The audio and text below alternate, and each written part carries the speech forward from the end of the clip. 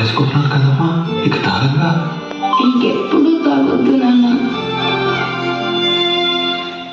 అస్సలు తాగకపోతే చెయ్యడానికి వచ్చేద్దామనమ్మా. నేను పట్టుకుంటాను. పొరపాటు చేయదమ్మా, నిద్ర పట్టదు. నేను పడుకోబెడతాను నాన్న.